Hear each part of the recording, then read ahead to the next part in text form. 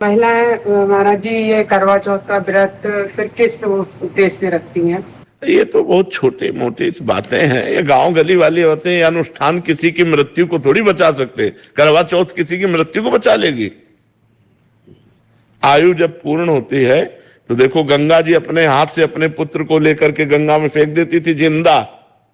लोग तो मरा फेंकते हैं गंगा जी में, वो जिंदा फेंक देती थी गंगा जी। 7 पुत्र पैदा होते ही गंगा जी में फेंक देती थी। क्यों? क्योंकि उनकी आयु इतनी थी।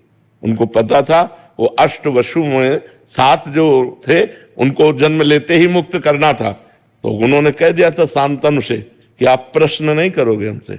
उठाया और जिंदा गंगा जी में फेंक दिया। वो मरे और वसु रूप को प्राप्त हो गए। लेकिन 8वें में रोक दिया तो वही भीष्म पितामह जी के रूप में। तो हमारे मृत्यु लोक में अगर हमारा है कि गर्भ से 10 दिन निकलने के बाद मरना है तो 11वां दिन हम नहीं देखेंगे, 10वें दिन ही मर जाएंगे। इसमें हमें शोक नहीं करना चाहिए। ये तो बिल्कुल पक्का समझो, जो विधना ने लिख दिया 6ठे राव के अंक, राई घटे न तिल बढ़े रहुरे जीव निशंक। जितना लिखा है उतना ही जिएंगे, इसके आगे नहीं। ये बहुत छोटा सा सपोर्ट है।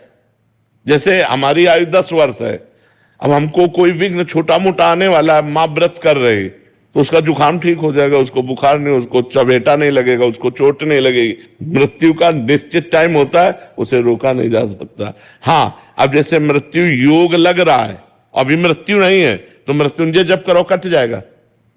मृत्यु योग लग रहा है लेकिन मृत्यु नहीं है तो वो बच जाएगा। अगर मृत्यु है तो मृत्युंजय जप भी उसे नहीं काट सकता।